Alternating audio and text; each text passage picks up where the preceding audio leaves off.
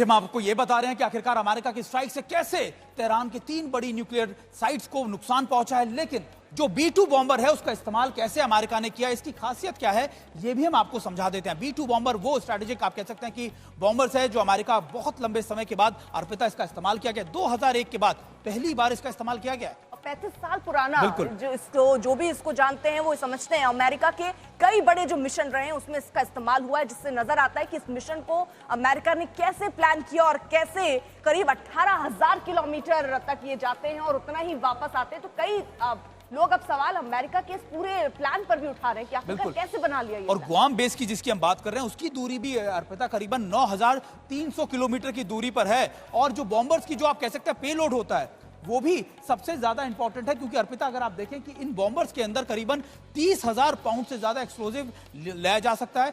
और ये इंपॉर्टेंट ये है कि अब ऐसे बॉम्बर्स का इस्तेमाल अगर अमेरिका की तरफ से किया गया तो निश्चित तौर पर आप मानिए कि कितने ज्यादा बड़े अटैक, कितने ज्यादा विध्वंसक अटैक ईरान में हुए होंगे।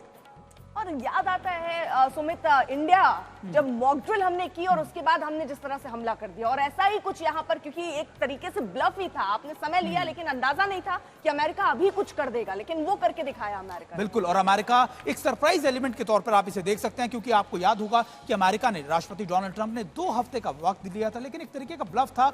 2 दिन के अंदर ही अटैक्स को इनिशिएट कर दिया गया। और देखिए, हम आपको पूरी जानकारी दे रहे हैं कि हमला कैसे किया गया। 23 जून की रात को कैसे फूडो, नतांज और इस इस्फहान पर 3 बेसिस के ऊपर, न्यूक्लियर साइट्स के ऊपर अटैक किया गया। और अब सबसे इंपॉर्टेंट बात यह कि कैसे अमेरिका ये जानता था कि अगर वो नहीं इसमें इन्वॉल्व हुआ तो निश्चित तौर पर जो इजराइल के ऑपरेशंस थे वो आप कह सकते हैं कि वो सक्सेसफुल नहीं हो पाएंगे।